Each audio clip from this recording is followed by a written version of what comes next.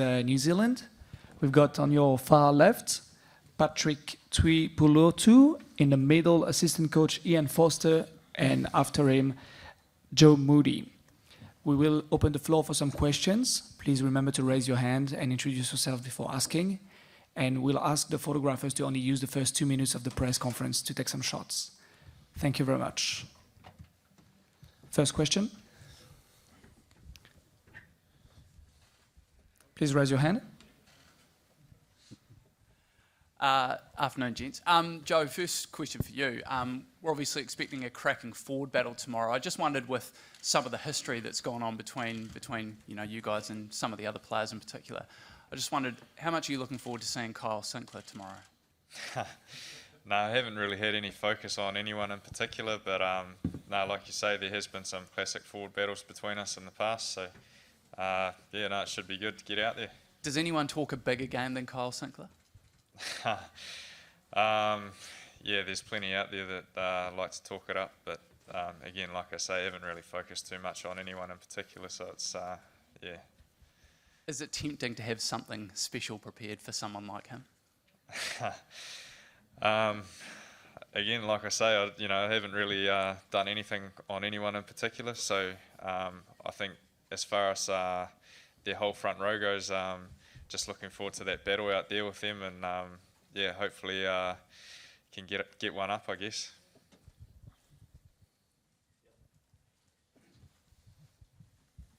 Good morning. Question to Joe. As a front rower, do you think the biggest challenge would be on mobility or power of engagement? You mean like mobility around the field, or yeah, I guess if we can beat them around the park, that's going to be a big step for us to implement our game plan and get one up on them. But at the same time, yeah, we've got to be able to dominate those physical battles as well. So I guess it's a bit of a balancing act, and yeah, 50-50. Ian, just down the back. This weather is obviously closed in. How has that affected things for you today, and what's the plan for tomorrow should it be like this? Yeah, well, it made us late for this media conference, so my apologies about that. Oh, look, I mean, the rain's been forecast. It's and we'll just have to adapt and adjust like we always have to when it comes to these sort of conditions. I mean, I think the forecast is supposed to clear a bit. I think the one thing that needs to be noted is how well the grounds have coped with the rain over here. You know, like we've had some pretty heavy falls on a Friday, and yet the next day the ground seems to have recovered really, really quickly. So that's a credit to the organisers and how they've gone about that. So we'd quite like it to stop, but we've had a number of wet games this year, and you just got to learn how to adapt and adjust, and there's no reason not to. It's a semi-final of a World Cup, so we'll be ready either way.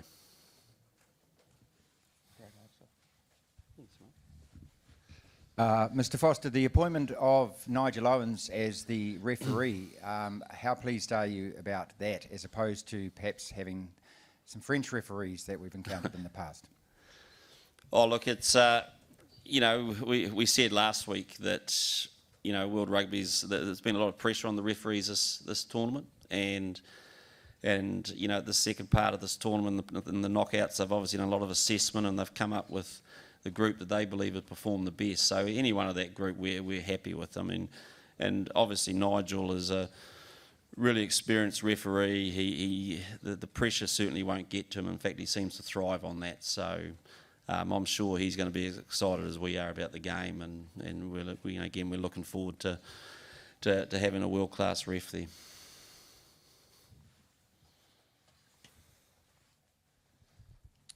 In just the change of George Ford coming back and Owen Farrell and Tuilangi shifting out, what does that tell you about what are your expectations for England based on that? Do you expect them to kick more, or do you expect them to be more attacking? Yeah, look, they're a really well-balanced team, and they've got the ability to do both. And so whilst it may appear to be a change, it's really it's a unit that they've played most second half. So if George hasn't started, if Ford hasn't started, then basically he's come on in the second half anyway. So really, it's a formula that they're pretty used to. So and we've seen that they do like to play ball in hand with that combination. So we're expecting a bit of that. A little bit like us, really. I mean, Scooter playing 6 is what we used in the second half last week. So it's not a combination that's new to the opponent.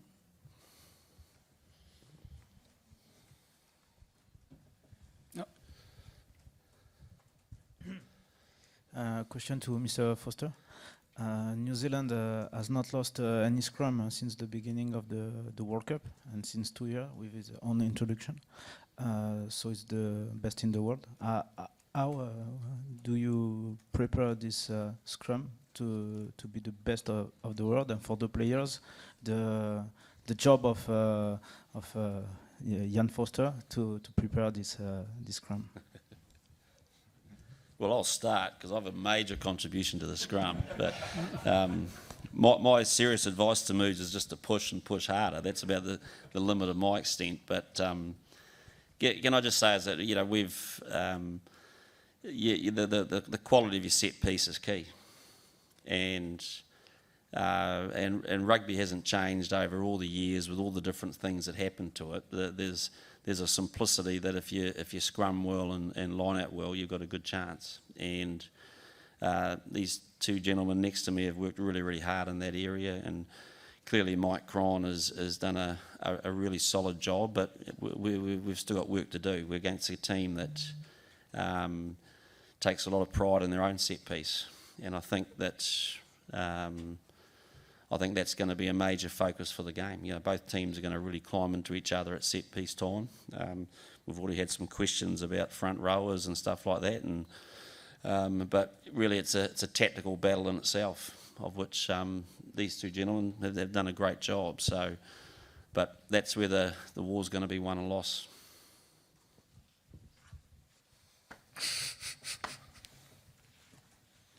Question to Joe. So do you think tomorrow's match, you mentioned that it might be a physical match tomorrow, but what kind of physical match? And as a forward, what kind of tactics are you actually thinking about?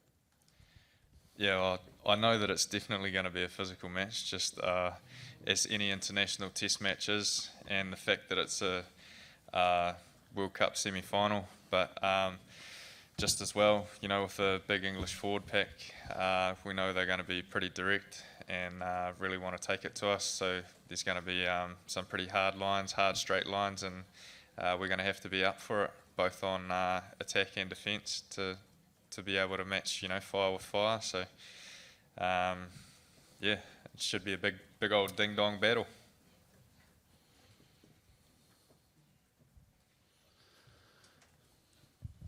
Kia ora, Joe. Can you just comment on Cody Taylor making his 50th tomorrow?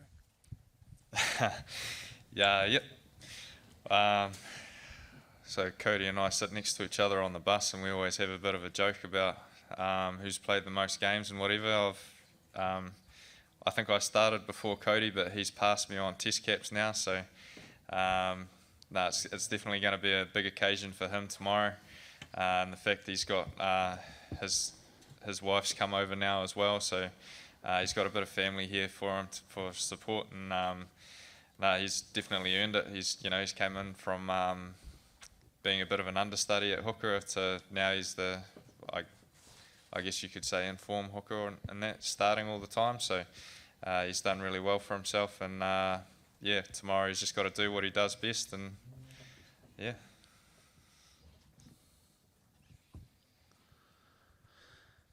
Kia ora, Patrick.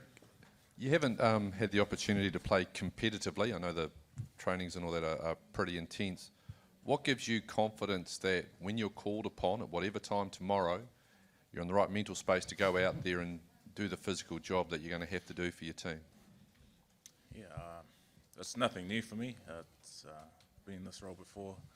I know what it's like, and I think when you prep through the week for a big test match like this, you have to prep well. And for me, I've done that in the past, and it's no different this week. Are you prepping for lock or lock and six? Lock and lock at this stage, yeah. Can I just say, as he, you know, he's. Well, I know you say he hasn't played a lot, but through that Canada and Namibia period, that you know he was really impressive the way he played. So, which is, you know, we're really confident with what he brings to the team.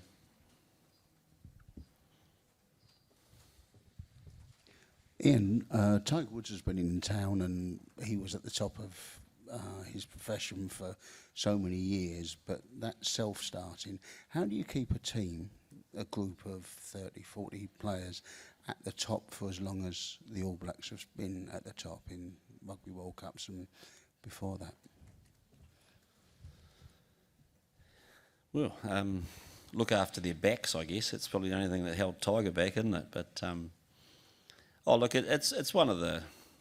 It's always been one of the great challenges of sport is how you keep growing a group that's performing well, and I guess that's part of the All Black story, and we kind of feel the pressure to keep writing that. So there's strong expectations. I mean, we know the expectations every time we play. We know the pressure on us every time we play, and it's a matter of getting used to how you deal with that. And don't always get it right, but we enjoy it. We enjoy these occasions. These type of occasions are one that gets us excited, and we know we're going into a game that we're playing a great team, but it's a matter of going into those games with an air of excitement and not letting it inhibit you and close you down. So that's what we try to do.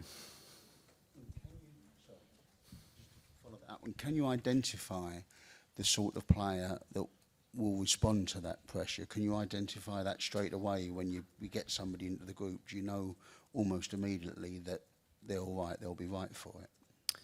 Oh, look, from a selection view, we work hard to do that. I mean, and I'm sure most other countries do exactly the same job. So we've just got to make sure that we get as much information and as accurate as we can. And so, and then part of it is growing people once they're in your environment. So there's a twofold thing with picking the right qualities, but also working hard to grow it and allow people to learn how to live in that pressure situation, but thrive rather than be suffocated by it.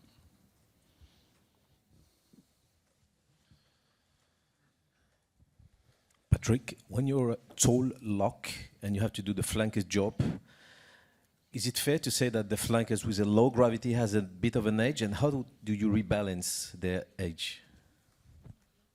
To be honest, mate, I've probably never played flanker in my career. I don't know if it makes a difference whether you're taller or shorter. I think everyone's pretty keen and excited to do a job, whether you're playing 1 to 8 and on the field. So in terms of skill sets, probably if you've been playing longer and experiencing the loosey jersey longer, then I suppose you'd have more experience and you'd be better in that position. As towards myself, I'm a lock. I've been playing lock for my whole career. I don't think I can say much or have an answer to that.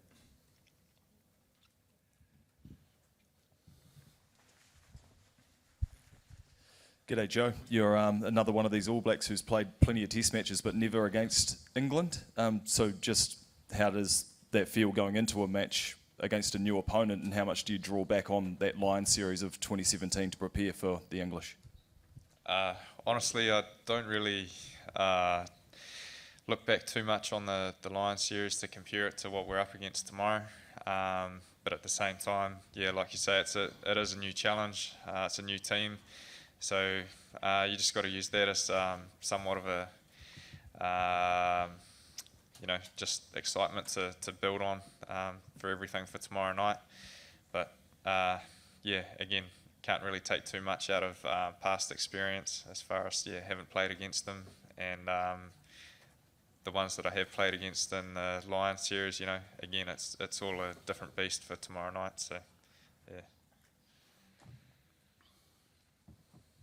Raise your hand, yeah. すみません、ジョーさんにお伺いしたいんですけれども、最近ニュージーランドのセカンダリースクールで若い男性の選手が減ってるっていうリポートを拝見したんですけども、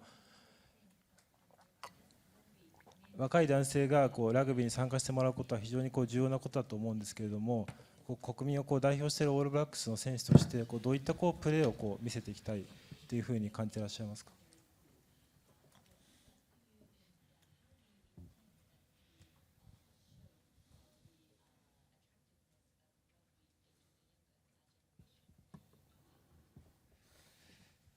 Yeah, you're probably dead right. There is a heap less guys playing rugby now in New Zealand through the younger grades in secondary school. Probably too much PlayStation and soccer, to be fair. But I don't know if we can put on a decent show out there, you know, tomorrow night and through all of our games that we play. And make it look somewhat attractive for the younger generation, then yeah, that'd be great. You know, I think it goes without saying that we all here love playing rugby and just love the sport itself. So yeah, if we can get more of our younger people into it, that'd be a great thing. So I guess the only way to do that is to show them that it's well, show them how good it can be if you get out there and play it well. We'll have the last three questions in the middle, in the back, and in the back again. イアンさんにお願いします。このワールドカップは、いろいろな試合でこうカードが、ゲームを、の流れを大きく決めてしまっているところがあると思います。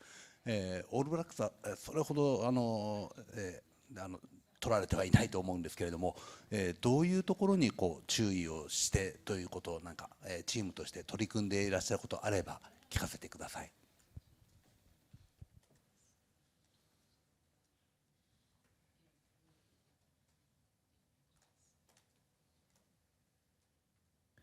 Can you just please repeat the first part of that question? I didn't understand that. Sorry. No, through the translator.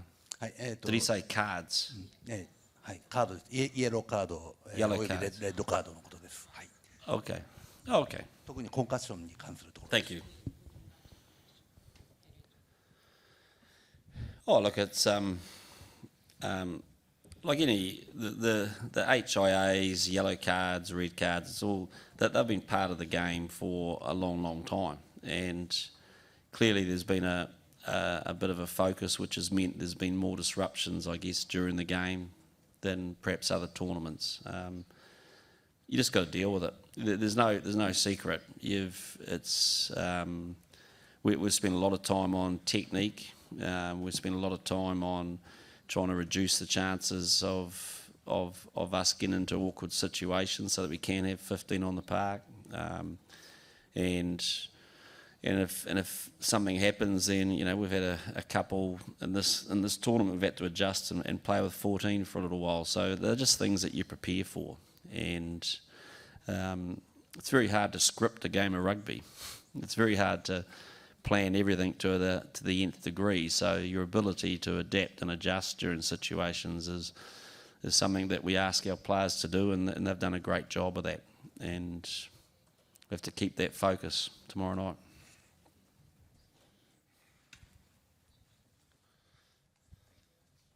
Yeah, question for Ian. Just going back to our friend over here's question for Joe about participation rates in rugby. Obviously, the players can get out and play a game that might inspire people. What do you think your employers, New Zealand Rugby, can do to address this problem? Because it is a pretty big problem. Yeah, look, it's I know they're working really hard in that space. Every sport is. So this is not just necessarily a rugby issue, but it's. So I think New Zealand Rugby is working hard in that space to sell the game, to educate people about the game, to look at different versions and to look at different ways that people can be introduced. You're looking at weight categories. There's a whole lot of things that New Zealand Rugby's working on. It's an ongoing problem, but that's a part of society, and we've just got to adapt and adjust, and as I keep saying, and just grow some strategies in that space. And I think we're showing that we are doing that. And And if that answer is not satisfactory, it's probably because I spend most of this week preparing for a semi-final rather than solving secondary school problem things. So excuse me, but it's but we're doing okay, but it's something that we're really conscious of as a sport. And like Joe said, we've just got to. Our initial responsibility of this team is to make sure we show people it's a sport that we're passionate about, we love, and then we've got to help become part of that education process for our younger people.